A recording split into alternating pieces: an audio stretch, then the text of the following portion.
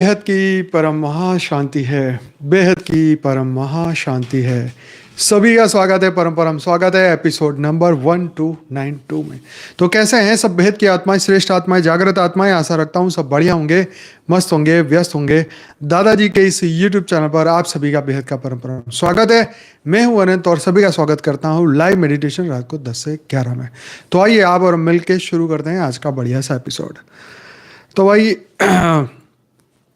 Episode शुरू करने से पहले आपको बताऊंगा भाई कि आज देख रहे हैं कि हाँ, वो अमेरिका की आग जो है 40,000 एकड़ तक पहुंच चुकी है। मतलब 40,000 एकड़ ज़मीन में उनको जला दिया उसने। 24 लोग मर गए, 12,000 घर जल गए और अभी भी चालू है। और भी कह रहे हैं कि भाई हवाएं तेज होगी तो और दिक्कत होने वाली है और जलेगा। तो भाई कुछ इस्लाम धर्म के लोग खुश हो रहे हैं कि भाई गाजा को बहुत मटेरियल सप्लाई कर रहे थे ना, बारूद दे रहे थे, तो अब तुम्हारा भी जल रहा है देश। तो अल्लाह ने जला दिया।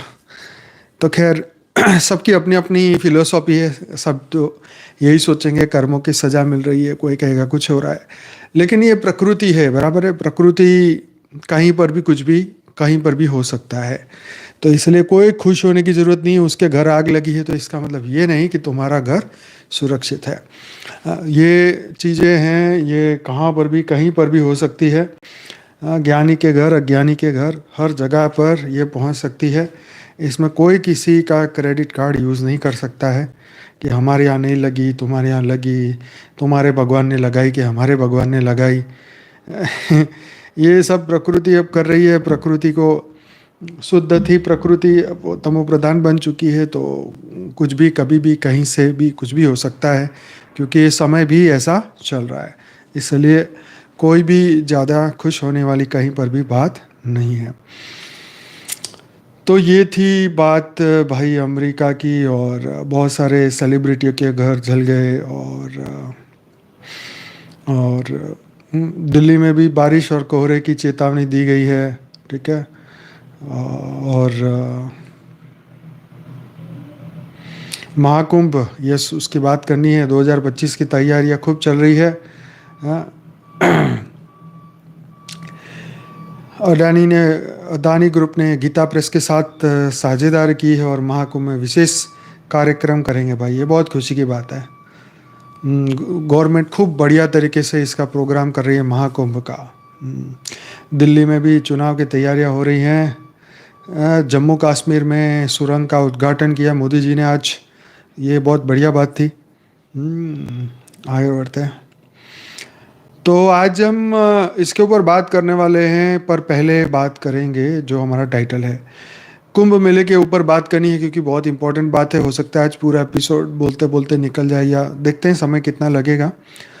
पर मेरे पास एक ईमेल भी आया था और उस ईमेल का जवाब मुझे देना है। और ये जो मैंने टाइटल दिया है, योग का अभ्यास और ऊर्जा के प्रवाह से जुड़े भौतिक लक्षण।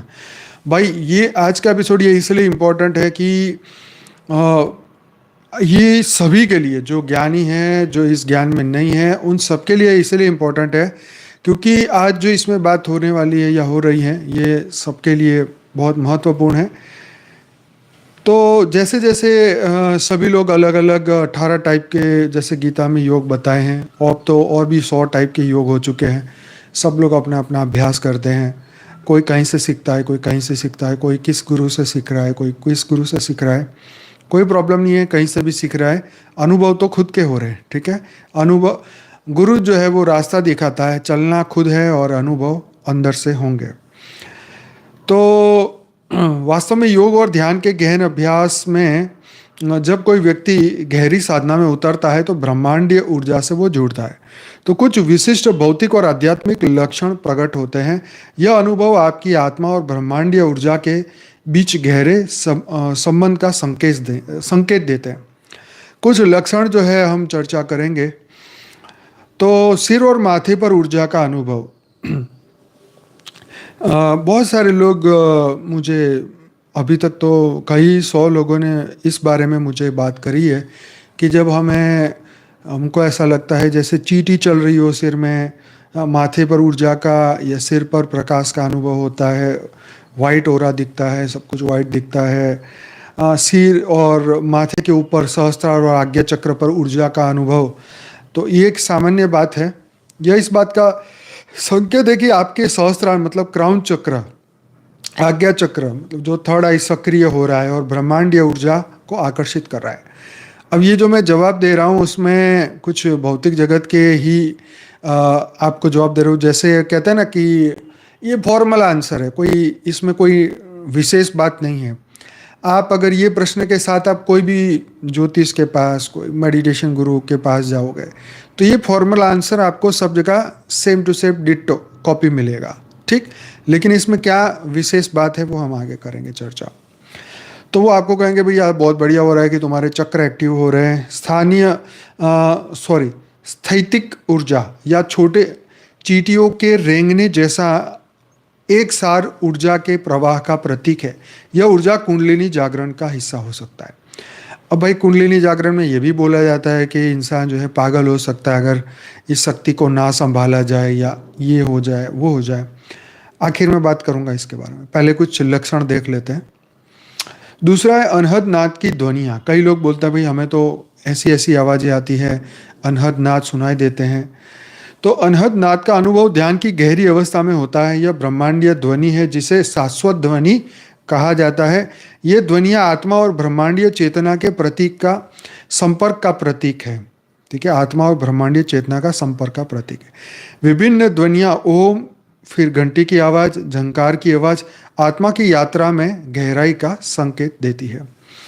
आज मैं वो कुंभ मेले का जो वीडियो देख रहा था उसमें वो नागा साधु बोल रहे हैं कि भाई वो पत्रकार ने पूछा कि आपको कैसे पता चलता है कि अब कुंभ लगने वाला है, क्योंकि वो 6-6 महीने तक बाहर नहीं निकलते, किससे बात नहीं करते, तो 6-6 साल तक, सॉरी, तो कैसे पता चलेगा। तो वो कहते भाई हम तो अपनी गुफा में ओम नमः शिवाय का जाप करते हैं और हमें किसी से कोई मतलब नहीं, लेकिन जब हम अपनी वो धूनी करते हैं ना, जो आग लगा के बैठते हैं, और तो कहते हैं उसी के अंदर जो है हमें सब मैसेज मिल जाता है, आवाज़ आ जाती है और फ्यूचर की बातें हमें पता चल जाती है। और इस तरीके की बातें उन्होंने बताई कि भाई उनको ये जैसे कहा ना कि ब्रह्मांडीय ध्वनि, ब्रह्मांडीय ऊर्जा, अनहद नाज, शाश्वत ध्वनि, तो ये जो आत्मा और ब्रह्मांडीय चेतना का जो ये संपर्क होता है, तो ये ओम ऐसी आवाज़ आए, घंटी बजना, झंकार, तो ये चीज़ें सूक्ष्म जगत से उनको मैसेज मिलता है। जब भी कोई आत्मा साधक, क्योंकि कनेक्शन तो है, ये बात आप समझो कि हर आत्मा जो यहाँ पर अपने गुरु का, अपने इष्ट का जो ध्यान कर रही हैं, उनका कनेक्शन है उनके सूक्ष्म जगत में, बराबर है। जन लोग, तप लोग, महल लोग, इन सभी जगह पर उन आत्माओं के साथ उनका कनेक्शन है। उनके गुरु, गुरु के गुरु, गुरु के गुरु ऊपर बैठे हुए हैं, और ये सब शिव के सीधे गण हैं, नागा साधु, और ये सब दिव्य आत्माएं हैं, ठीक है। ये सब एक सतयुग के समय से ये सब धरती लोक में ये आए थे, और इनको एक शिव जी ने अपनी फौज के रूप में भेजा है धरती पर, धर्म की रक्षा के लिए भेजा है, और इनको स्पेशल प्रोटेक्शन मिलता है। इनके पास अष्ट शक्तियाँ हैं, लघिमा, गरिमा, वो छोटे होने की, बड़े होने की, गायब होने की, चीज़ों को इधर से उधर देखने की, लाइव देखने की, उस चीज़ तक पहुंचने की, उनकी वहाँ की ध्वनि सुनने की, इस तरीके की 9 सिद्धियाँ हैं। अपने आप को गायब कर देने की, इनविजिबल दिखाई देने की, मिस्टर इंडिया वाली, ये सभी शक्तियाँ उनको दी गई जब वो आए धरती पर। और तब से लेके ये धरती पर कुंभ चल रहा है, मेला ऐसा बताया जा रहा है। 2000 साल से तो फिजिकल धरती पर जो इनका रिकॉर्ड कहीं से भी मिलता है, 7वीं सदी से पहला कुंभ के बारे में पता चला था, लेकिन ये तो अनादि समय से चलता आ रहा है। कहते हैं भाई जब 4 बूंदें गिरी थी ऊपर अमृत की 4 अलग अलग शहरों पर, तब से ये कुंभ चालू हुआ हर 4 साल में, और फिर 12 साल में, फिर आज इस बार वाला जो है महाकुंभ 144 साल वाला। तो ये जो आत्माएं हैं ये अपने अपने गुफाओं से, हिमालय से, और भी हिमालय में सूक्ष्म केंद्र है वहाँ से, जो ज्ञानगंज है वहाँ से, ये सूक्ष्म जगत की आत्माएं स्पेशल फिजिकल रूप लेके भी आती हैं, और वो स्पेशल आती है, अपना कार्य करती हैं, और फिर वापस कुंभ खत्म होके जाएंगी, और फिर हिमालय में जाके फिर गायब भी हो जाएंगे। तो कुछ आत्माएं कुछ ऐसे हैं, सूक्ष्म जगत की आत्माएं, वो स्पेशल आएगी और अपना कार्य करेंगी और जाएंगी। इसके बारे में चर्चा करते हैं, पहले ये बातें हो रही थी उसको ख़त्म करते हैं। तो ये जो अनहद नाद सुनाई देना, फिर प्रकाश का अनुभव होना। प्रकाश का ये अनुभव आत्मा के भीतर की चेतना और ब्रह्मांडीय चेतना का मिलन है। यह दिव्य ज्ञान और ऊर्जा के स्तर पर पहुंचने का संकेत है। इसे दिव्य प्रकाश या प्रकाश दर्शन कहा जाता है। मुंह से मिठास का अनुभव, तो मुंह में अमृत या सोमरस का ये प्रतीक है कि मुंह मीठा हो जाना। जो अमृत जो है तालवे से आता है, जैसे वो प्रहलाद जानी थे, वो बताते थे कि उनके कंठ में जो है सीधे गले में अमृत आता है, और उससे उनका शरीर का सभी एनर्जी मिलती है। तो ये शरीर और आत्मा की शुद्धि और ब्रह्मांडीय ऊर्जा का एक प्रतीक है कि मुंह मीठा हो जाना। ऐसे भूख न लगना। वो योगी बता रहे थे कि उनको एक, वो तो गिरनार के थे, गुजरात में जो गिरनार पहाड़ है वहाँ, तो वहाँ पर वो एक औषधि खाते तो उनको 6 साल तक खाना ही नहीं पड़ता, और वहाँ अपनी गुफा में बैठ के ओम नमः शिवाय ओम नमः शिवाय 6 साल तक कंटिन्यू चलता है। उसके ऊपर फिर बीच में बात करनी पड़ेगी क्योंकि ये भी आ रहा है इसमें। तो भूख ना लगना ये एक संकेत है, क्योंकि ऊर्जा बहुत मिलेगी आपको, आत्मा में वो शक्ति मतलब महसूस होगी। आत्मा की शक्ति जो है, अल्टीमेटली आत्मा की शक्ति जो है ये सेंसेस के माध्यम से इस शरीर को फील होएगी। जब कनेक्शन ख़त्म होंगे तो भूख ना लगना भी एक रीज़न हो सकता है। भविष्य जानने की क्षमता, कई बार लोग जान जाते हैं कि भविष्य उनको पता चल जाता है, और इनको इंट्यूशन पावरफुल मिलता है साधना के दौरान। अंतर ज्ञान जिसे कहते हैं, चित्त की इससे शुद्धि बढ़ती है। यह शक्ति दिव्य दृष्टि का हिस्सा है, जिससे आप संभावित घटनाओं का अनुभव कर सकते हैं। मतलब ये सूक्ष्म जगत की आत्माएं होती हैं, और वो उनको इस तरीके का अनुभव करवाती हैं। इसके बिना तो ये पॉसिबल नहीं है। जैसे मैंने अष्ट शक्ति की बात कही, फ्यूचर भी उसमें जानने का एक ये ऑप्शन है। आगे है सफ़ेद आभा दिखना। चारों ओर सफ़ेद आभा देखना ऊर्जा, शक्ति, सकारात्मकता का संकेत है। यह आपकी आत्मा और शरीर की बढ़ी हुई चेतना और ब्रह्मांडीय ऊर्जा के संपर्क का प्रतीक है। तो ये भी बहुत कॉमन से कई लोग हमें कहते कि हमें इस तरीके का ओरा का अनुभव होता है, वाइट प्रकाश दिखता है। योग और साधना के कुछ अनुभव इतने गहन और व्यक्तिगत होते हैं कि इन्हें शब्दों में व्यक्त करना कठिन है। यह संकेत है कि आपकी आत्मा एक उच्च चेतना के स्तर पर पहुंच जाती है। कई आत्माओं को ऐसा जबरदस्त कॉन्फिडेंस आता है कि भाई इतनी गजब की पावर उनके अंदर आ रही है, उनका इतना कॉन्फिडेंस बढ़ता है, उनको खुद वो महसूस कर सकते हैं। और कई बार ऐसा भी बताते हैं कि भाई हमें ऐसा लगता है कि शरीर छूट जाएगा, इतनी पावरफुल ऊर्जा आती है। तो अब इसके बाद क्या? तो भाई पहले तो संतुलन बनाए रखे, ठीक है। ये सब चीज़ों में ये ऊर्जा के प्रवाह को संतुलित करने के लिए प्राणायाम करें, सरल ध्यान करें। कई लोग मुझे जब बताते हैं कि मतलब इतनी पावर महसूस होती, इतनी पावर महसूस होती है कि भाई मतलब लगता है बॉडी गायब हो जाएगी, तो मैं उनको बोलता हूँ भाई आप जो है, बापूजी ने उसका ऑप्शन बताया कि आपको जो है वो ज्ञान सुनते हुए, आपको ज्ञान सुनना है, आपको योग नहीं करना है, आपको ज्ञान सुनना है। अगर आपको इस तरीके से फिजिकल, क्योंकि देखो पहली बात तो ये कि जो ज्ञान, जब हम योग करते हैं तो ये कनेक्शन की अनुभूति कराता है। आत्मा और परमात्मा जुड़ जाता है बुद्धि से। बुद्धि का ये योग है। जब बुद्धि से ऊपर चले जाएंगे, जब आप आत्मस्वरूप की अनुभूति में चले जाएंगे, तब आपका मन, बुद्धि, संस्कार भी रह जाएगा। सिर्फ आत्मा आपको प्रकाश की दिखाई देगी, और उसके बाद आप एक संकल्प मात्र से उस परमपिता परमेश्वर से आप जुड़ जाएंगे, आपकी आत्मा के रचयिता से। और उसके बाद में कोई देह की फीलिंग नहीं आनी चाहिए। पहली बात, जो लोग ये बोलते हैं कि नहीं मेरे को हाथ कांपते हैं या मुझे वो पावर महसूस होता है, तो भाई अभी आपकी बुद्धि देह तक है।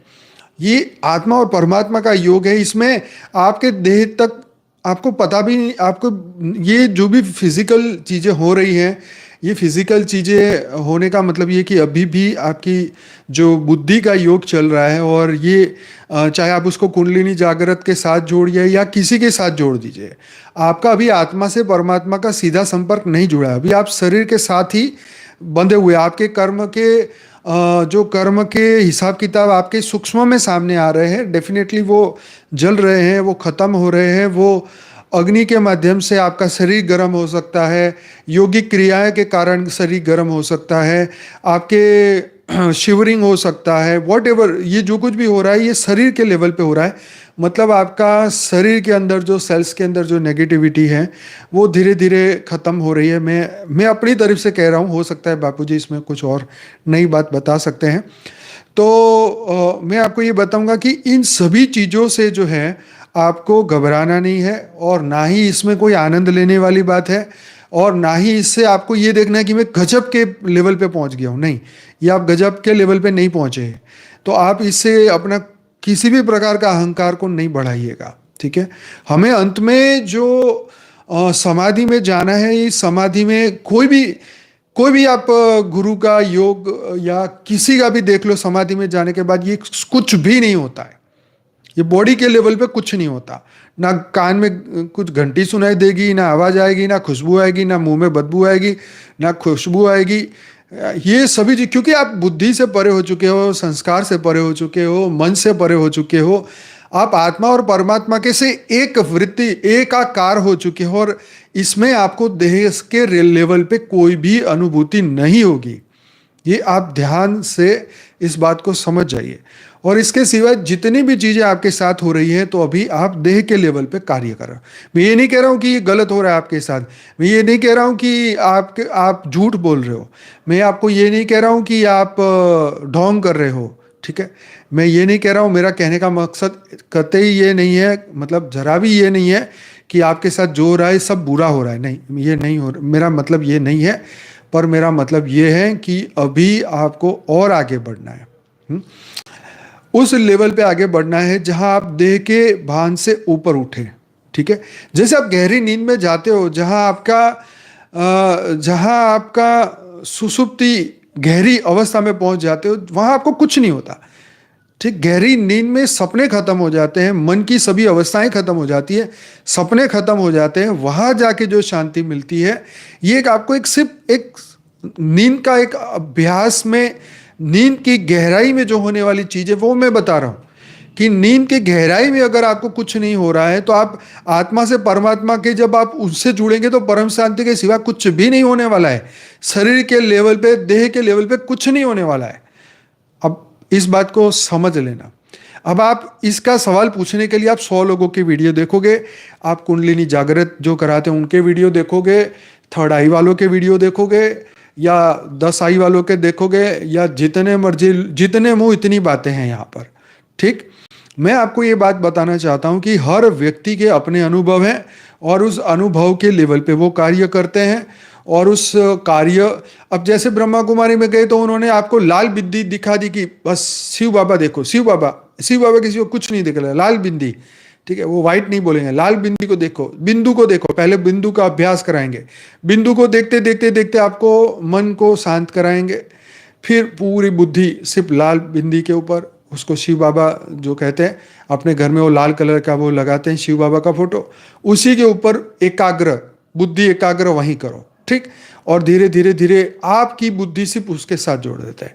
अब इससे क्या हो जाएगा कि आपको बहुत अच्छी अनुभूति होगी कि, क्योंकि मन से एक बार मन से मुक्ति मिल गई, आपका ध्यान भटकना बंद हो गया, तो आपको बहुत अच्छा लगेगा। ठीक, आपको जैसे जैसे शांति की अनुभूति होगी, आप उसमें और आपको एक आनंद की अनुभूति होगी। ठीक है, पहले शांति होगी, मन की शांति होगी, उसके बाद आपको आनंद की अनुभूति होगी। आपका ध्यान और एकाग्र होता जाएगा, सभी जगह से कनेक्शन खत्म हो जाएगा, और फिर जो है आप उसमें और गहराई में जाएंगे, और गहराई में जाएंगे, तो फिर आपको धीरे धीरे समय का भी पता नहीं चलेगा, और आप उनके साथ जुड़ जाएंगे। ठीक है, तो ये एक त्राटक विद्या में भी ऐसा होता है कि एक प्रकाश, एक आपको मोमबत्ती दिखाई जाएगी, मोमबत्ती में प्रकाश का एक जो टॉप होता है उसमें प्योर जो येलो कलर की लाइट होती है उसके ऊपर बुद्धि लगाई जाती है और उसको देखने का अभ्यास कराया जाता है और इस तरीके से आपको उनके ऊपर फोकस करवाया जाता है। देखो ये एकाग्रता बढ़ाने के लिए ये बात बताई, क्योंकि मन रुकता नहीं है ना, मन को रोकने के लिए जब कर ले तब कर लो, कहीं पर भी बुद्धि लगा दो, ये इसलिए कराया जाता है। तो इससे पहले जो मैं बात बता रहा था कि गहरी नींद में जाके आप जैसे एक शांति की अनुभूति करते हो, समय का पता नहीं चलता। देखो ये भी एक देह की अनुभूति है, देखो ये भी एक देह की अनुभूति है, ठीक है। और इस देह की अनुभूति के अंदर आप और ये हर एक व्यक्ति इसकी अनुभूति कर सकता है और करता ही है, इसलिए उसको नींद सबसे ज्यादा प्यारी है, ठीक। नींद में उसको शांति मिलती है, नींद के अंदर उसके नए नए विटामिन शरीर के अंदर बनते हैं, नई एनर्जी बनती है, सेल रिपेयर होते हैं, बहुत कुछ होता है। आजकल दुनिया बहुत रिसर्च कर रही है इसके ऊपर, आप उसके लिए देखना। मैं आपको बता रहा हूं कि सिर्फ गहरी नींद के इतने फायदे हैं तो गहरे ध्यान में भी इतने ही फायदे। जितना आप नींद की उस अवस्था में फायदे मिलते हैं उससे 1000 गुना ज्यादा आपको अपने उस गहराई, आत्मा की गहराई में इससे कई गुना लाभ मिलेगा। क्योंकि जब आप संकल्प के साथ जुड़ेंगे कि आत्मा की अथाह गहराई में अमृत है, परम प्रकाश है, अनंत सूर्यों की शक्ति है, तो जितना गहराई से एकाग्रता से उसको देखते जाओगे आपको अनंत ऊर्जा का अनुभव होगा। लेकिन अगर आपको ये फिजिकल सिम्टम्स जो दिख रहे हैं अगर वो हो रहा है तो इसका मतलब अभी आप अपने कर्म बंधन से लड़ रहे हैं, आपके सूक्ष्म कर्म सामने आ रहे हैं और वो खत्म होते जा रहे हैं। मतलब मैं ये नहीं कहना चाह रहा कि अगर आपको नहीं हो रहा है तो आपको अभी ये करना होगा, नहीं, ये सब चीज़ों से ऊपर उठना है आपको। जी मेरे को तो चींटियाँ चलती नहीं है, मेरे को तो प्रकाश दिखता नहीं है, मेरे को तो सिर भारी होता नहीं है, मुझे तो ये सब चीज़ें नहीं दिखती, ना कुछ सुनाई देता है, ना ये वो, नहीं, ये सब चीज़ें अभी भौतिक देह के लेवल पे होता है। जैसे सोने से पहले तैयारी करते हो ना, कभी इस पासे मुड़ते हो, कभी इस पासे मुड़ते हो, क्योंकि अभी मन विचलित हो रहा है तो शरीर कभी इधर कभी इधर। फिर एक सेकंड एक ऐसी सेकंड आती है जब आप गहरे नींद में चले जाते हो, फिर जिस पास से आप सो गए वहीं सो गए, फिर सीधा सवेरा, ठीक। ऐसे ही ये, हाँ, ये डीप स्लीप में जैसे आप पहुंच जाते हैं ऐसे ही ये ध्यान में भी ध्यान में आप पहुंचते जाएंगे। एक क्रम से होगा, धीरे धीरे होगा, अभ्यास से होगा, प्रैक्टिस से होगा और धीरे धीरे धीरे धीरे आप आगे बढ़ेंगे। तो मैं आपको ये सब चीज़ें बता रहा हूँ, इसलिए बता रहा हूँ कि कभी आप किसी के वीडियो देखे और आप सोचोगे जी ये तो ये बता रहे हैं, ये तो ये बता रहे हैं, लेकिन ये जितनी भी चीज़ें आप सुन रहे हैं या समझ रहे हैं ये सबके अपने अपने निजी अनुभव है, ठीक है। कोई गुरु कुछ अनुभव करता है तो वो अपने शिष्यों को वो ही बांटेगा। हमने जो अनुभव किया, जो बापूजी ने हमें समझाया या अभी तक हमें शायद बापूजी ने नहीं भी बताया हो, वो भी बापूजी जानते होंगे। तो ये सब ये मैं इसलिए बता रहा हूँ कि जो भी मैंने देखा, सुना, समझा वो मैं आपसे शेयर करता हूँ।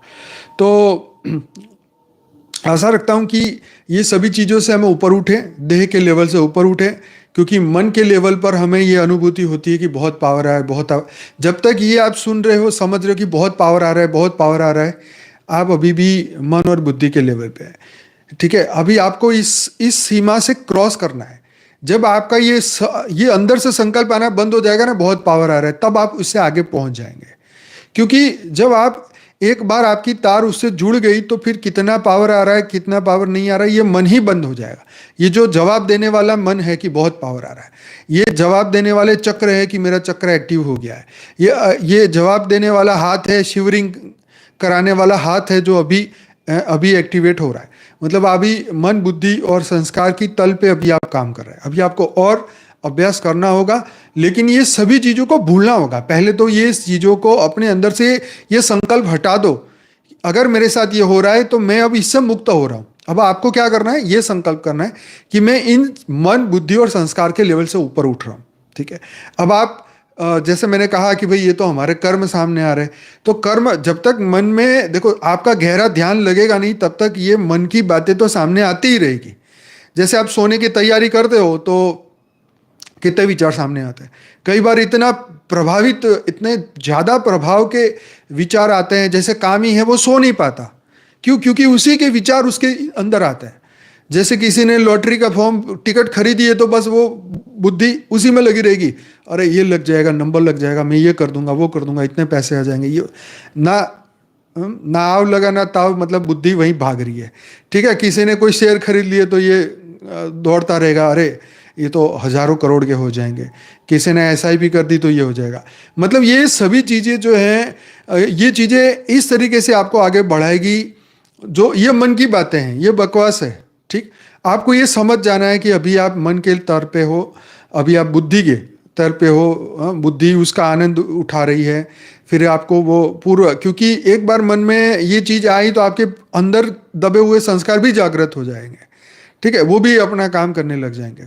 तो यहाँ पर आपको ये समझना है कि जब तक अगर आप ध्यान में बैठे और ये चीज़ें आपके साथ हो रही है, तो अभी आपको और गहराई में जाना है, निर्संकल्प होने का अभ्यास करना है, आत्मा को देखने का अभ्यास करना है। बस आत्मा के ऊपर फोकस करो।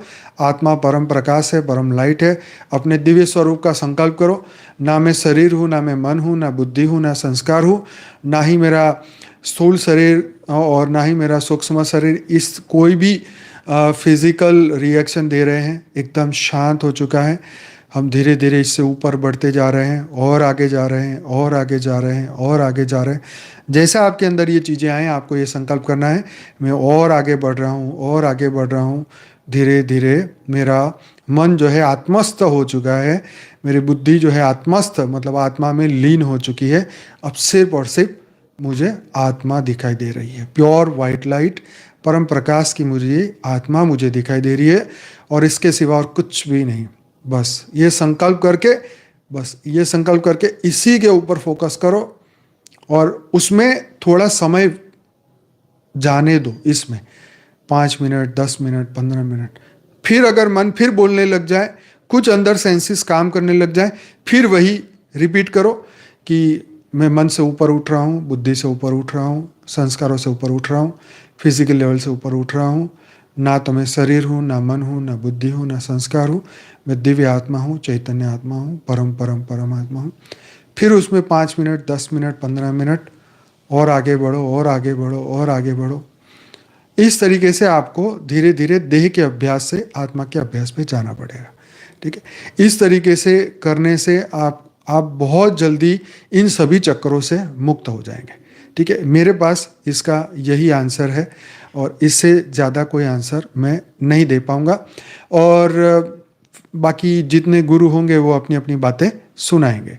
लेकिन जब हम ये स्टेज पे पहुंच जाएंगे जहां हम आत्मा को ही देख रहे हैं, उसके बाद का संकल्प है कि मैं अपने आत्मा के रचयिता बेहद के परम पिता से मैं जुड़ चुका हूं, और फिर आत्मा से पूरा जो ध्यान है वो सीधा परमात्मा के ऊपर जुड़ जाए, और फिर हमें उसके ऊपर फोकस करना है। और फिर ना हमें देह के ऊपर आना है, ना वापिस आत्मा पर भी नहीं आना है। आत्मा का चैप्टर भी पूरा हो गया, क्योंकि अब क्या हो गया, सो हम जैसे वो वैसे हम, अब हम परम आत्मा बन चुके हैं। ठीक, अब हम आत्मा रहे ही नहीं है, हम ना मन रहे, ना बुद्धि रहे, ना संस्कार, ना शरीर, ना कुछ। अब हम परम आत्मा बन चुके हैं। जो हमारी आत्मा के रचयिता है वो हम बन चुके हैं। ठीक, तो अब आपको इस तरीके से अपने आप से पीछा छुड़ाना पड़ेगा। कहते हैं ना कि इंसान को अपनी परछाई से पीछा छुड़ाना पड़ेगा, तो बस ये वही बात है। तो देखो, इसके लिए क्या है कि मैं वो नागा साधु की अब भी बात करना चाहूँगा कि जब मैंने वो उनका जब इंटरव्यू मैंने सुना, तो उन्होंने जो एक बात कही ना कि भाई नागा साधु इतने मन से इतने पक्के क्यों होते हैं। तो जब उसका जो रीज़न मैंने उनके द्वारा समझा, तो मुझे लगा कि ये बात ज़रूर से शेयर करनी चाहिए। वो कहते हैं कि भाई जब वो नागा साधु बनते उसके पहले उनका बहुत सारा संकल्प कराया जाता है। उनके शरीर द्वारा उनको फिजिकल इतनी शरीर को भी इतनी प्रताड़ना वो देते हैं कि धूप में मैंने खुद देखा हुआ है, धूप में मतलब सुबह से लेके अंधेरा होने तक वो धूप में बैठे रहते हैं। वो जो गोबर के जो उपले उपले बने होते हैं ना, जो गाय का जो गोबर, उसको सुखाने के बाद वो चारों ओर एक एक राउंड बना देते हैं, बीच में वो बैठते हैं और एक लोहे का जो रहता है उसके अंदर उपले डाल लेते हैं, उसको जलाते हैं और उसकी धुएं की जो धुआं ही धुआं चारों ओर फैलता रहता है, फैलता रहता है, फैलता रहता है। उसके बीच में, हाँ, जिसे कंडे भी कहते हैं, उसके बीच में बैठ के जो है वो पूरा दिन निकालते हैं। मैंने अपनी आंखों से देखा है कुंभ मेले के अंदर। और उनको, जब वो नागा साधु बनते हैं तो उनको ये बता, वो अपने पिंडदान, अपने शरीर का पिंडदान खुद ही कर लेते हैं। ठीक, मतलब खुद वो मर चुके हैं, शरीर से वो मर चुके हैं, ठीक है, और अपना ही पिंडदान वो खुद करते हैं। मरने के बाद पिंडदान तो कोई और करता है, लेकिन यहां पर वो अपना पिंडदान कर चुके हैं। मतलब अब वो देह है ही नहीं, भले वो शरीर में है, लेकिन उनकी बुद्धि का लेवल होता है मैं देह नहीं हूं। अब कोई उन्हें मारने की बात करे तो वो सोचेगा अरे मैं तो पहले ही मर चुका हूं भाई, तू क्या मुझे मारेगा। तो इस तरीके की जब मेंटालिटी उनके अंदर आ जाती है, जब ये मेंटल लेवल पे पहुंच जाते हैं, जब वो इस तरीके की मन से पक्के हो जाते हैं, तब जाके जो है उनके ऊपर बाहरी दुनिया का असर खत्म होता है। अभी तो हमें कोई एक बात बोल दे तो हमारा पूरा दिन खराब हो जाता है। आप सोचिए कि आप किस तरीके से आप अपने देह के लेवल से, देह से कैसे लड़ेंगे, हाँ, मन से कैसे लड़ेंगे। अभी तो हमारा मन से हमारा युद्ध बाकी है, अभी तो लोगों से युद्ध हो रहा है, लोगों के शब्दों से युद्ध हो रहा है। ठीक, तो इसीलिए उनको इस तरीके से पहले दिन से ये ट्रेनिंग दे दी जाती है कि तुम तो मर चुके हो, तुमने अपना पिंडदान कर दिया। अभी तो हम लोग सोचते हैं ना कि मैं मर जाऊंगा तो मेरा तो लड़का नहीं है, तो मेरा का पिंडदान कौन करेगा, मेरा मोक्ष क्या होगा। अरे भाई, तुम्हारा मोक्ष पहले ही तुम कर चुके हो। तुम्हारे अंदर वो ये संकल्प तुम्हें करना है कि मेरा तो जीवन मुक्ति मिल चुकी है। ठीक, अब ये शरीर को जलाओ या ना जलाओ, ये कहीं पर भी खत्म हो जाए, इससे कोई मतलब नहीं है। मैं इस बुद्धि मैं इसलिए नहीं यहाँ धरती पे फंस जाऊंगा कि मेरे को आग लगाने वाला कोई नहीं है, मैं खुद ही लगा चुका हूँ। हाँ, नागा साधु का ये मेंटल लेवल होता है। वो ये नहीं सोचते, वो अपने घर बार छोड़े 50 साल हो जाते हैं उनको, कभी मुंह देखने नहीं जाते।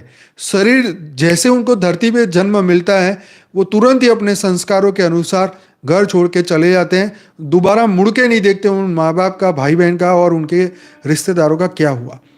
यहाँ तो हम उन रिश्तेदारों से ही पिंडा नहीं छुड़ा सकते, उनको एक कड़वी बात नहीं बोल सकते। तो बताओ फिर हम कैसे इनसे मुक्त होंगे। उनकी बातों से ही हम सोचते रहते हैं ये कल को क्या कहेगा, कल ये क्या कहेगा, कल ये क्या कहेगा, हम उससे ही चिंता कर करके मर रहे हैं। तो बताओ कैसे मोक्ष होएगा। आप खुद सोच के देखो कि कहाँ हम फंसे हुए, कहाँ हमारी बुद्धि हमें धोखा देती है, कहाँ हम अपने मन से ही मरे जा रहे हैं। दो बातें किसी ने क्या बोल दी तो हम इधर से उधर हो जाते हैं, किसी की बातें हम ब्लॉक कर देते हैं, हम बात नहीं करने को तैयार। मतलब इतने ज़्यादा ये भावनाओं से जुड़े हुए। मैं देखो ये बात इसलिए बता रहा हूँ कि अगर आप गहरे लेवल पे उतरना चाहेंगे ना, जब आप गहरे लेवल पे, तो उन लोगों को जब स्टडी करेंगे तब आपको समझ में आएगा कि यार इनकी ये मेंटल लेवल बनी क्यों। अगर आप घर छोड़ के 5 दिन के लिए कहीं जा नहीं सकते तो आप सोच लो कि आप कितने इमोशनली बंधे हुए हो। ठीक है, ये आप कितने बंधे हुए हो इमोशनली अपने आसपास के लोगों के साथ। आप अगर फ़ोन अपना स्विच ऑफ नहीं कर सकते तो आप सोच के देखो आपके अंदर कितना एक डर है कि मैं इनका फ़ोन नहीं उठाऊंगा तो क्या हो जाएगा। मतलब कितना भय हमारे अंदर है कि अगर हमने फ़ोन पे जवाब नहीं दिया तो कौन क्या सोचेगा। तो ऐसे छोटे छोटे भय जो है हमारे भीतर कितने भरे हुए हैं। और ये कुंभ मेला इसलिए होता है कि वहाँ सूक्ष्म जगत की आत्मा ये कुंभ मेला करवाती है।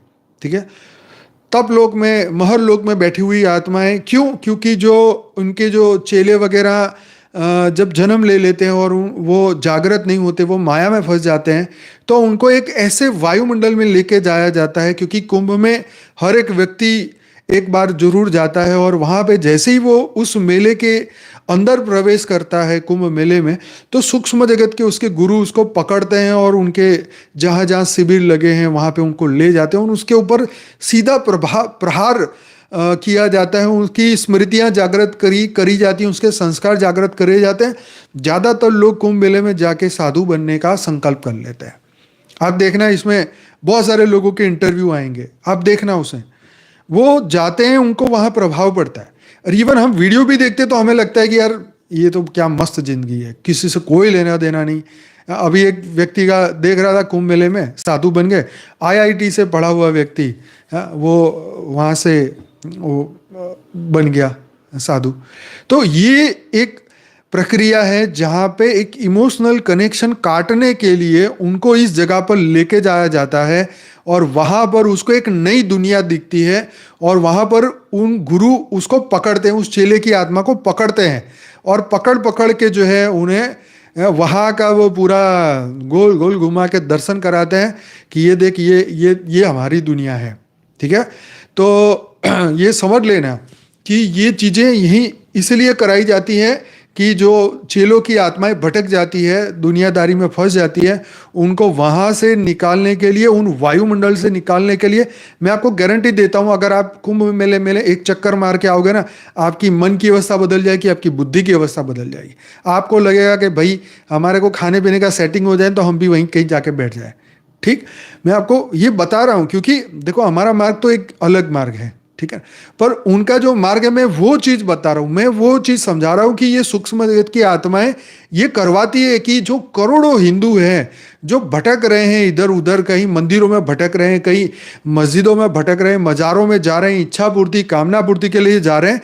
जिस इच्छा और कामना के पीछे तुम पागल हो रहे हो, वहां तो एक सामान्य साधु उसे छोड़ के बैठा है, और देखो क्या अलमस्त बैठा है। आज हम रोगों से रोगों से भय कर रहे हैं।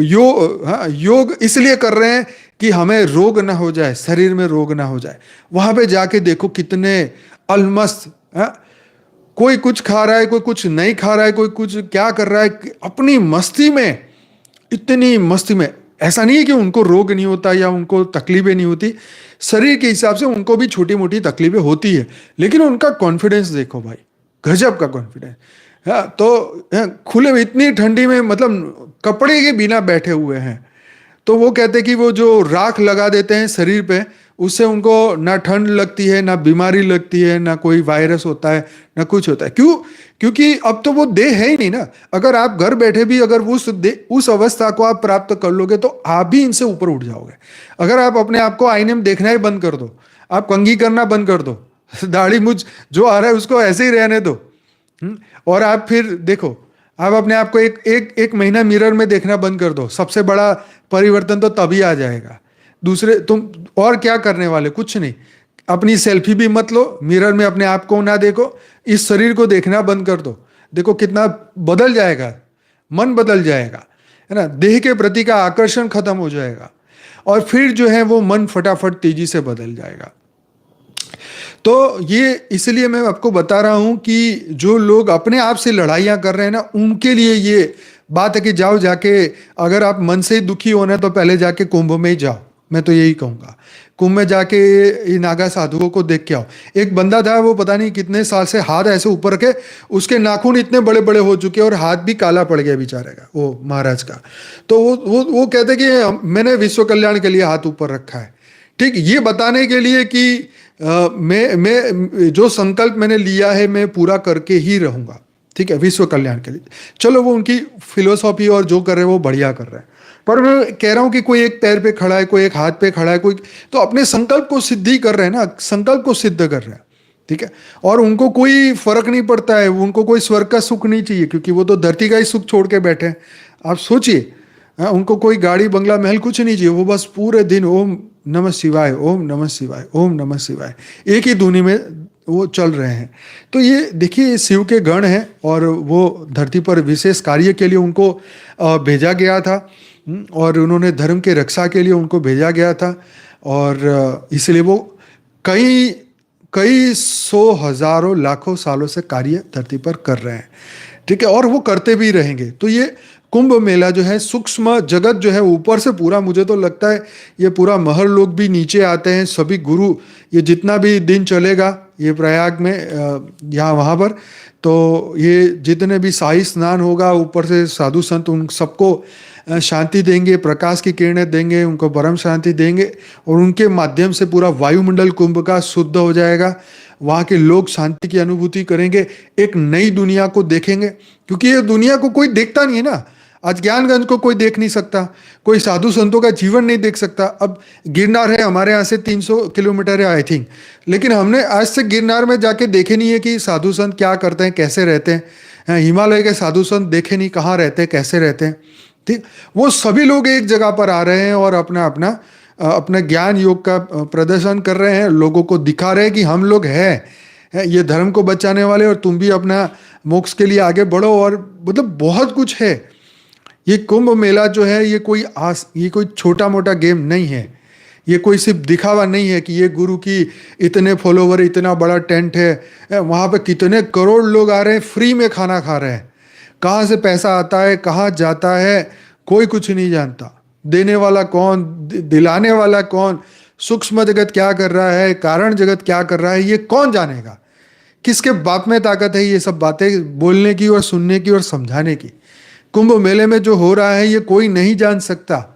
कितनी दिव्य आत्माएं ऊपर इस वक्त कुंभ मेले में ऊपर से नीचे आएंगी और आके अपने नए नए जो गुरु, जो चेले धरती पर फंस चुके ना जन्म ले लेके, उनको यहीं से पकड़ेंगे। उनकी आत्मा के ऊपर इस वक्त जो कहते हैं ना लेबोरेटरी में उनकी जांच होगी। एक एक आत्मा वहां से जाएगी, उसके ऊपर जांच होएगी, उसके मन बुद्धि संस्कार चेक किए जाएंगे, उसकी पूर्व कर्मों को उसकी कैसेट खोल के ऊपर वाले देखेंगे, क्योंकि वो आवरण में आ चुके हैं तो वो जल्दी उसके ऊपर असर पड़ेगा। तो वहाँ पर उनको परखा जाएगा और फिर उसको अगर सही होगा तो कोई ना कोई गुरु उसे दीक्षा दे गए, और आज नहीं तो कल, नहीं तो 2-4 सालों में उसको वो साधु संत बना देंगे। ठीक है, मतलब उसकी जर्नी को, जिसको अंदर से प्रेरणा आएगी। देखो कोई किसी को जबरदस्ती नहीं कर सकता है, ये अंदर से प्रेरणा आती है। लेकिन प्रेरणा कब आएगी? जब देखेगा, सुनेगा, बोलेगा, तभी तो अपने आप आ जाएगी घर बैठे बैठे। तो ये एक महान परिवर्तन का प्रोसेस है। इसमें कई मुसलमान लोग जो है हिंदू भी बन जाएंगे। अब जो भी लोग वहां जाएंगे कुंभ में, वो कितने मुसलमान हिंदू बन जाएंगे, कितने जो क्रिश्चियन बने हुए हैं वो हिंदू बन जाएंगे। ये जबरदस्त प्रोसेस है। जो अपना धर्म परिवर्तन करवा चुके हैं, हिंदू से मुसलमान या क्रिश्चियन या जो कुछ भी बन चुके हैं, अगर वो कुंभ में जाएंगे तो अपने मूल संस्कार उसके जागृत हो जाएंगे, वो फिर से सनातनी बन जाएंगे। मतलब हाँ, हाई लेवल टेस्टिंग हो रही है वहां पे। बहुत बड़ा परिवर्तन का प्रोसेस है ये कुंभ। इतना इसीलिए ये हर आत्मा के, हर हिंदू के लिए वहां जाना जरूरी है। ज्ञान मार्ग में तो तुम चल चुके हो, इसलिए तुम्हारे लिए वो नहीं, ये बात नहीं है। क्योंकि हमारे तो यहाँ पे बेहद की ज्ञान की तो प्रोसेस ही बहुत दूर की, लंबी और बहुत विशेष है। तो ये जो इस जन्म में भी जो आत्माएं फंसी हुई है, जो मोक्ष चाहती है, वो डेफिनेटली कुंभ मेले में जाएंगे। थोड़ा भी उसको, अरे मैंने कितने लोगों के मुंह से सुना कि कुंभ चले, चलो कुंभ चलते हैं। तो मैं मन में सोचा, मैंने कहा कभी हमारे आश्रम में आके आधा घंटा ज्ञान सुनने का टाइम नहीं है, पर तू कुंभ जाने को तैयार हो। मैं कहा वाह, चलो अच्छा है, कोई ना कोई तुम्हारा इंतजार कर रहा है वहां पे, जरूर जाओ। क्योंकि यहाँ पर क्या है कि ये स्थूल जगत में ये सूक्ष्म जगत का बहुत जबरदस्त प्रभाव है। मतलब क्रिश्चियनों वाली आत्माएं, इस्लाम वाली आत्माएं और हर धर्म की आत्मा यहाँ बहुत भटक रही है। भूत प्रेतों को तो ढेरा है यहाँ पर, ठीक है।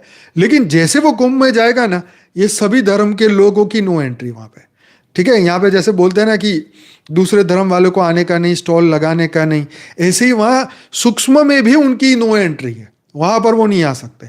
और अगर मान लो कोई यहाँ पे कोई हिंदू है, वो क्रिश्चियन बनने की तैयारी में है, वो चर्च में जाना शुरू कर दिया है, अभी नाम तो वही रखा है, सरनेम भी वही रखा है, लेकिन अभी प्रेयर करना शुरू किया है, अगर वो कुंभ में जाएगा ना तो उसके संस्कार बदल दिए जाएंगे वहां पे।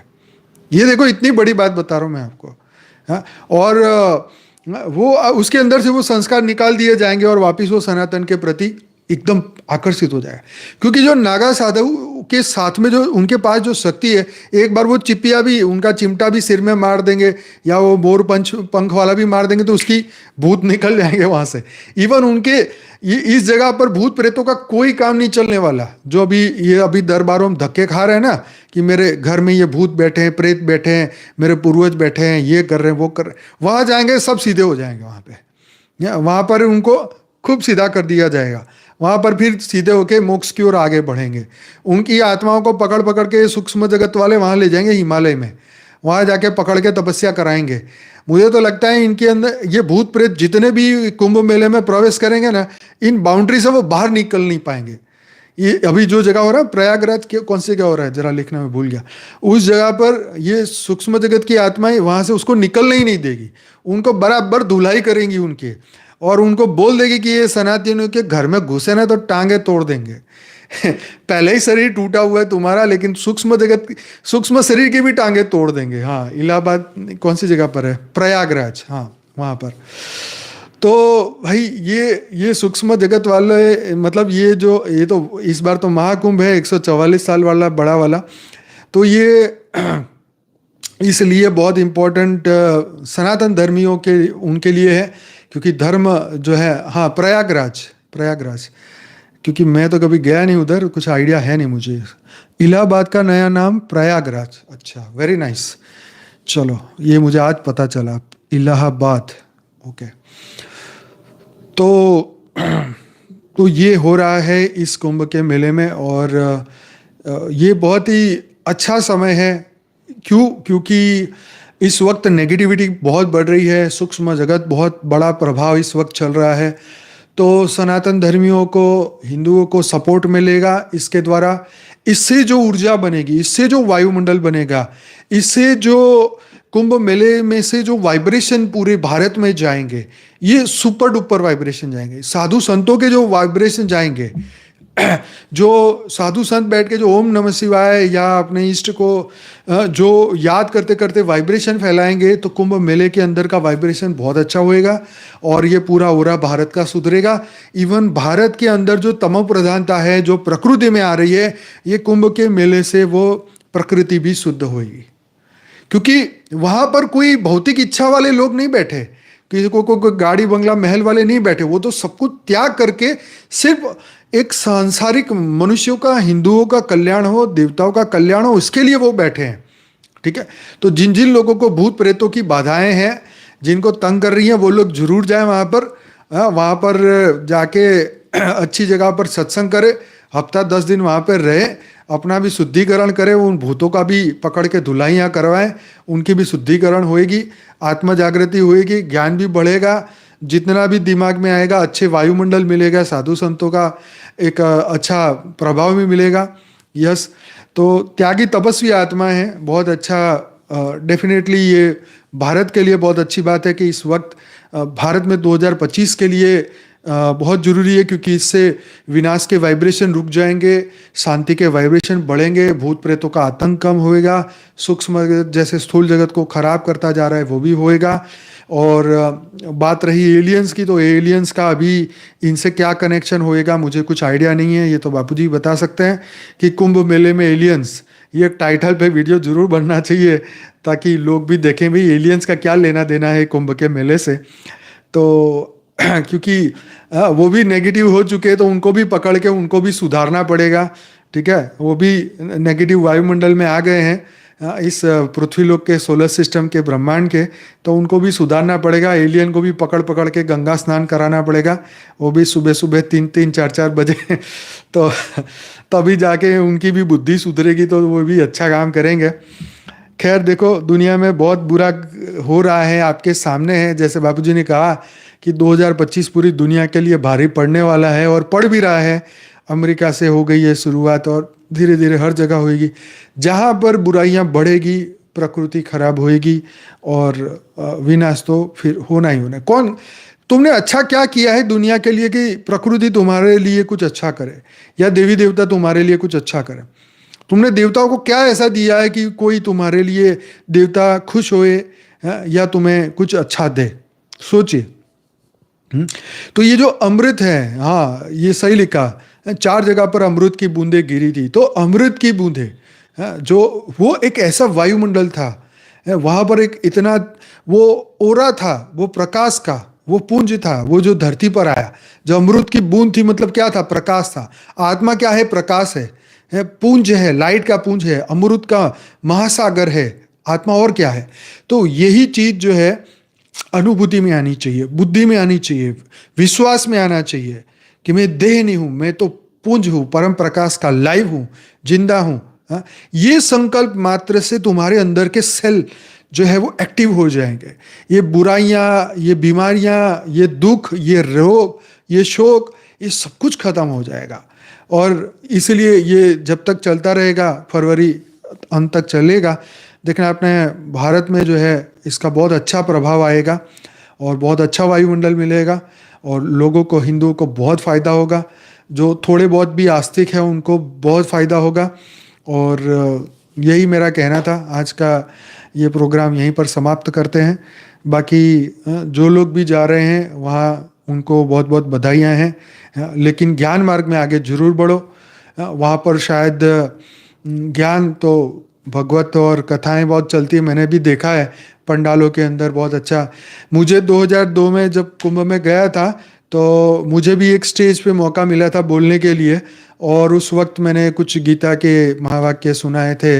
मतलब श्लोक तो नहीं पर उसका मीनिंग मैंने समझाया था। वो भी 2-5 मिनट का ही मुझे मौका मिला था, ज़्यादा भी नहीं। और उस वक्त मेरी इतनी कैपेसिटी भी नहीं थी कि मैं ज़्यादा बहुत कुछ बोल सकूं। लेकिन एक बहुत बड़ा पंडाल था, उसमें हमारे साथ एक स्वामी जी थे। तो वहाँ के जो पंडाल के जो गुरु थे उनको बोला कि अहमदाबाद में इनकी संस्था है। तो फिर मुझे उस वक्त पर 2002 में मैं कहाँ था और आज मैं कहाँ हूँ, वो सोचे। तो मैं कॉलेज में पढ़ता था उस वक्त, तो इतना कुछ था नहीं मेरे पास बोलने के लिए, और बहुत सारे लोग बैठे हुए थे, 200-300 या उससे ज़्यादा लोग बैठे थे। और मेरे को इतना मतलब ज्ञान का इतना अनुभव नहीं था, तो ज़्यादा कुछ बोल नहीं पाए। थोड़ा बहुत अपने संस्था के बारे में बोला और यही बात बोली, क्योंकि वो कृष्ण को मानने वाले लोग वहाँ पे बैठे हुए थे। तो चलिए, इसको आज का ये एपिसोड आपको कैसा लगा जरूर से आप लिखिए। अच्छा, करौली सरकार का भी पंडाल है वहाँ, ये तो बहुत अच्छी बात है भाई। ये बहुत अच्छा किया, क्योंकि ज्ञानगंज में सूक्ष्म जगत का तो पंडाल होना ही चाहिए। सूक्ष्म जगत और सभी जो दिव्य आत्मा है, बल्कि 33 कोटि देवी देवता जिन्हों का जो सूक्ष्म जगत में है उनको स्पेशल अपने पंडाल बनवाने चाहिए। अच्छा, जितने आप देवियों के मंदिर देखते हो ना, काली माता, ये सरस्वती माता, यहाँ मेलड़ी माता, इन सबके पंडाल वहाँ होने चाहिए। जिन जिन के बड़े बड़े मंदिर हैं उनके पंडाल भी वहाँ होने चाहिए, ताकि सूक्ष्म जगत की आत्माएं भी, उनसे रिलेटेड आत्माएं भी वहाँ पहुँचे, इनके पूर्वज वाली आत्माएं भी पहुँचे, जो 15-15 हजार सालों से यहाँ देवियों के रूप में काम करें, वो भी वहाँ पे जाएं। उनके भी पंडाल बनने चाहिए, सबका वहाँ होना चाहिए। क्योंकि ये तो हाँ, ये जो ज्ञानगंज है ये तो कलेक्टिव ऑफ 33 कोटि देवता है, 33 कोटि देवी देवताओं का कलेक्शन है वहाँ पर। ये जैसे झांकी होती है ना, आपने झांकी देखी होगी, तो रामायण का जो एक पूरा चैप्टर होता है, महाभारत का पूरा चैप्टर होता है, तो झांकियाँ होती है, मूर्तियाँ लगाई जाती है। ऐसे ही वहाँ पर ये सूक्ष्म जगत वाले आके अपना प्रदर्शन करें, वो लोग भी करेंगे। मैं क्या बोलने वाला हूँ, वो तो खुद करेंगे। मैं तो सिर्फ अभी याद आ रहा तो बता रहा हूँ। वो भी अपना प्रदर्शन करेंगे, भाई हम भी है इसमें, हमारा अस्तित्व है। जो जो भी सूक्ष्म जगत में 33 कोटि देवता में, वो सभी अपना प्रदर्शन करेंगे वहां पर कि हमारा अस्तित्व है। हाँ, हम कहा कैसे बाकात रह सकते हैं। हमारा कोई पंडाल नहीं है, क्योंकि हमारा बेहद का ज्ञान तो खैर बहुत ही एक विशिष्ट ज्ञान है। और आने वाले समय में मैं चाहता हूँ ये ज्ञान, डेफिनेटली ये ज्ञान जो है ये इस वक्त बहुत फास्ट फैलेगा। बेहद का ज्ञान भी वहाँ पे बहुत फास्ट फैलेगा, क्योंकि वो पूरा वायुमंडल में ना सिर्फ ज्ञान और ये भक्ति की बात होने वाली है वहाँ पे, सभी पंडालों में। तो इसका मतलब ये कि वहाँ के जो मनुष्य है सभी सतो प्रधान अवस्था में जा रहे हैं। तमो प्रधानता छोड़ के रजो प्रधानता, भी रजो प्रधान इसलिए छूट जाएंगे कि वहाँ सब वैरागी बैठे। उनको देख के कौन सी मर्सिडीज याद आएगी तुम्हें, क्योंकि वो तो सब छोड़ के बैठे। तो वहाँ तो रजो प्रधान मतलब इच्छाएं नहीं है, कामनाएं नहीं है, ठीक है। तो वो सतो प्रधान की ओर जाएंगे, मोक्ष की ओर जाएंगे, परमात्मा की ओर जाएंगे, है ना। तो सतो प्रधान लोग जो है, और उस वक्त अगर हमारी ऐड जो अगर उनको मोबाइल में मिल गई तो वो डेफिनेटली उस पर क्लिक करके देखेंगे भी ये कौन महाराज आए, क्या नवी बात ला रहे हैं। तो इस वक्त जो है ये बहुत ही सुपर डुपर समय है, और ये जब तक, ये मेरे ख्याल 26 फरवरी या तब तक चलेगा ये। तो तब तक आप सभी लोग घर बैठ के खूब योग करो, हाँ, खूब संकल्प फैलाओ कि भाई ये जो हमारा ये मेला होने वाला है इसमें सभी हिंदुएं जागे, 33 कोटि देवताएं जागे, ठीक है। जो सूक्ष्म जगत में है वो, और जो स्थूल जगत में है वो। बापूजी कहते हैं ना, जो 50% जो है आत्माएं मनुष्य बन चुके। तो 33 कोटि देवी देवताओं में से 33 करोड़ में से आधी आत्माएं, मतलब 16 साढ़े 16 करोड़ आत्माएं जो मनुष्य रूप में है, वो 16 करोड़ आत्माएं अभी इस वक्त जाए कुंभ में। हालांकि वहाँ तो कई करोड़ों लोग जाएंगे, पता ही नहीं है कितना जाएंगे, लेकिन वो वहाँ जाए और वहाँ जाके अपनी सतो प्रधान अवस्था को प्राप्त करें और ज्ञान मार्ग में आगे बढ़े, और फिर धीरे धीरे जब बुद्धि शुद्ध होएगी तभी ज्ञान के प्रति आकर्षण होएगा, है ना। अच्छा, महाशिवरात्रि तक चलेगा। हाँ, तो 26 तारीख को महाशिवरात्रि, बहुत बढ़िया है। चलो, ये तो बहुत अच्छी बात है। तो महाशिवरात्रि तक हम सभी दिव्य आत्माएं खूब प्रयास करेंगे, खूब संकल्प करेंगे कि इस महाकुंभ के अंदर इस बार 33 कोटि देवताएं सब जाग जाए और सब एक रूप होके सब संकल्प करें, विश्व में शांति हो, परम शांति हो, और तब वो ज्ञान मार्ग में आगे बढ़ेंगे। ठीक है, तो हमारा ये कार्य सूक्ष्म है। हम लोगों का कार्य स्थूल का नहीं है, हमारा कार्य सूक्ष्म का है।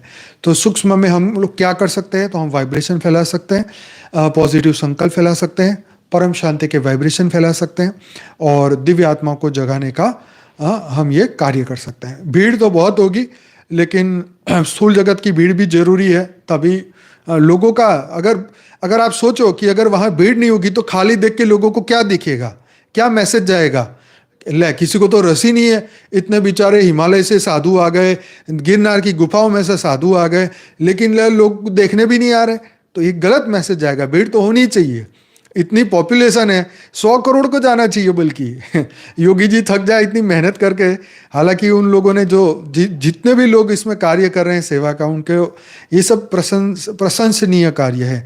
उनका भी कल्याण हो, उनको भी खूब बल मिले, दिन रात कार्य करें, सब लोग अच्छी तरीके से ये कुंभ का मेला पूरा अच्छी तरीके से हो, शांति से हो, और ज्ञानगंज वाली सभी दिव्य आत्माएं अपने सभी नए कार्य को जगाएं, कार्य पूरा करें अच्छी तरीके से। तो इसी के साथ आज का ये एपिसोड यहीं समाप्त करते हैं, और सभी दिव्य आत्माएं परम शांति के वाइब्रेशन आप घर पे फैलाएं। आज का मैं प्रोग्राम यहीं समाप्त करूंगा। कल और परसों प्रोग्राम यहाँ पे नहीं लेंगे, उसकी जगह पे 2 बढ़िया से पॉडकास्ट आएंगे ज्योति प्रकाश भाई के, वो आप जरूर से देखेगा। तो यहीं पर समाप्त करते हैं। आप सभी दिव्य आत्माओं का बहुत बहुत धन्यवाद। वीडियो अच्छा लगा तो लाइक करिए, कमेंट करिए, शेयर करिए, दुनिया तक पहुँचाइए। बहुत बहुत धन्यवाद। बेहद की परम महाशांति है।